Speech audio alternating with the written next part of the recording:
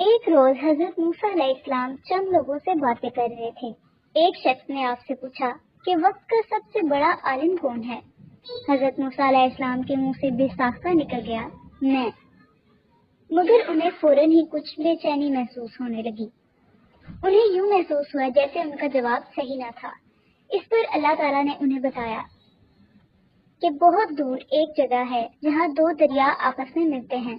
دریاؤں کے اس سنگم کے پاس ہی ایک پارسا بزرگ رہتے ہیں۔ کائنات کے اسرار و واقعات کے اسباب کے بارے میں ان کا علم بے حد وسیع ہے۔ علم و دانش میں کوئی بھی ان کا مقابلہ نہیں کر سکتا۔ حضرت موسیٰ علیہ السلام کو ایسے نیک عالم سے ملنے کا سخت اشتیاق ہوا۔ انہوں نے اس مرد دانا سے ملاقات کے لیے اللہ سے دعا کی۔ اللہ تعالیٰ نے انہیں ہدایت کی کہ وہ ایک ٹوکری میں ایک مردہ مچھلی کو لے کر ایک خاص سمت کی جانب روانہ ہو جائیں۔ جس جگہ مردہ مچھلی زندہ ہو کر پانی میں چھلانگ لگا دے، بس وہیں اس عالم بزرگ سے ان کی ملاقات ہو جائے گی۔ حضرت موسیٰ علیہ السلام نے ایک مردہ مچھلی لی، اسے ٹوکری میں ڈالا اور اپنے وفادار خادم یوشع کو ہمراہ لے کر اس دانا بزرگ کی تلاش میں نکل کھڑے ہوئے۔ چلتے چلتے وہ بہت تھک گئے۔ اتنے میں انہیں دو دریاؤں کا سنگم نظر آیا۔ وہ رکے اور ایک قریبی چٹان پر بیٹھ گئے۔ انہوں نے مردہ مچھلی والی ٹوکری زمین پر رکھ دی اور کچھ دیر سستانے کے لیے لیٹ گئے۔ لیٹتے ہی ان کی آنکھ لگ گئی۔ کچھ دیر بعد یوشع کی آنکھ ذرا پہلے کھل گئی۔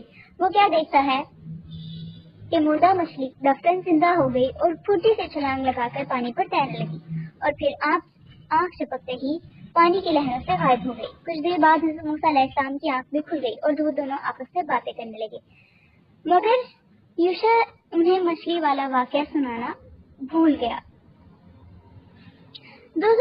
دونوں ساتھی تازہ دم ہو کر پھر اپنے سفر پر روانہ ہو گئے۔ سنگم پر پہنچ کر انہوں نے ادھر ادھر نگاہ ڈالی تو ایک سفید ریش بزرگ نظر آئے جو یاد الہی میں ہمدن مصروف تھے۔ آپ ہی وہ دانا بزرگ تھے جن کی حضرت موسیٰ علیہ السلام کو تلاش تھی۔ آپ کا نام خضر علیہ السلام تھا اور اللہ تعالیٰ نے آپ کو بہت علم اور دانش عطا کی تھی۔ جب وہ بزرگ نماز سے فارغ ہوئے تو حضرت موسیٰ علیہ السلام اور یوشع نے انہیں نہایت احترام سے سلام کیا۔ حضرت موسیٰ علیہ السلام نے انہیں بتایا کہ وہ دور دراز سے ان کی ملاقات کے لیے حاضر ہوئے ہیں۔ وہ کچھ عرصہ ان کے ساتھ رہنا چاہتے ہیں تاکہ ان کے وسیع علم اور تجربہ سے فائدہ اٹھا سکے۔ اس پر حضرت خضر علیہ السلام نے انہیں کہا کہ انہیں ڈر ہے ایسا شاید ممکن نہ ہو، کیونکہ ان کے ساتھ قیام کے دوران حضرت موسیٰ علیہ السلام بے صبری کا مظاہرہ کر سکتے ہیں۔ وہ ہر بات پر بلا وجہ شک و شبہ کر کے ان پر بے معنی سوالات کی بوچھاڑ کر سکتے ہیں۔ حضرت موسیٰ نے یقین دلایا کہ وہ احتیاط، تحمل اور صبر کا مظاہرہ کریں گے۔ جب یہ بات آپس میں بخوبی طے ہو گئی تو وہ دونوں کائنات کے اسرار اور واقعات کے اسباب کا کھوج لگانے کی خاطر علم اور آگہی کے دلچسپ سفر پر روانہ ہو گئے۔ دریا کے کنارے چلتے چلتے وہ ایک ایسے مقام پر پہنچے جہاں ایک اچھی خاصی مسافر کشتی کھڑی تھی۔ حضرت خضر علیہ السلام نے کشتی کا کرایہ دریافت کیا، مگر ملاحوں نے انہیں پہچان لیا اور ان سے ان کے ساتھیوں سے احتراماً کرایہ وصول کرنے سے انکار کر دیا۔ تینوں مسافر کشتی میں سوار ہو کر دوسرے کنارے پر پہنچے۔ حضرت خضر علیہ السلام نے کشتی کے ایک تختے میں کچھ توڑ پھوڑ کر ڈالی جس سے وہ کافی بد شکل نظر آنے لگی۔ حضرت خضر علیہ السلام کی اس عجیب حرکت پر حضرت موسیٰ علیہ السلام کو بہت حیرت اور افسوس ہوا۔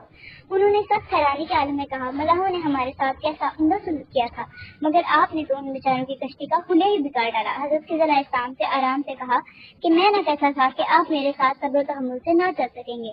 حضرت موسیٰ علیہ السلام نے معذرت کرتے ہوئے کہا، میں تو اپنا معاہدہ بھول ہی گیا تھا۔ انہوں نے وعدہ کیا کہ وہ آئندہ احتیاط کریں گے۔ وہ تھوڑی دور ہی گئے تھے کہ سامنے ایک میدان دکھائی دیا۔ میدان میں چند بچے کھیل رہے تھے۔ حضرت خضر علیہ السلام نے آتے ہی ایک بچے کو پکڑ لیا اور اسے وہیں مار ڈالا۔ یہ دیکھ کر حضرت موسیٰ علیہ السلام پر کپکپی طاری ہو گئی۔ ان کے صبر کا پیمانہ لبریز ہو چکا تھا۔ انہوں نے حیرت اور ہمدردی میں ڈوبی آواز میں پوچھا، آپ نے اس معصوم بچے کو ناحق مار ڈالا ہے، کیا یہ صریح ظلم نہیں؟ خضر علیہ السلام بولے، میں نے کہا نہیں تھا کہ آپ ان پراسرار باتوں کے بارے میں بلا وجہ پوچھ گچھ سے باز نہیں رہ سکیں گے۔ آپ نے کہا کہ اگر انہوں نے تیسری بار ایسی غلطی کی تو مرد زانہ کو پورا اختیار ہوگا کہ وہ انہیں اکیلا چھوڑ کر اپنی لا لیں۔ کچھ وقت کے بعد انہوں نے علم و بصیرت کا ٹوٹا ہوا سفر از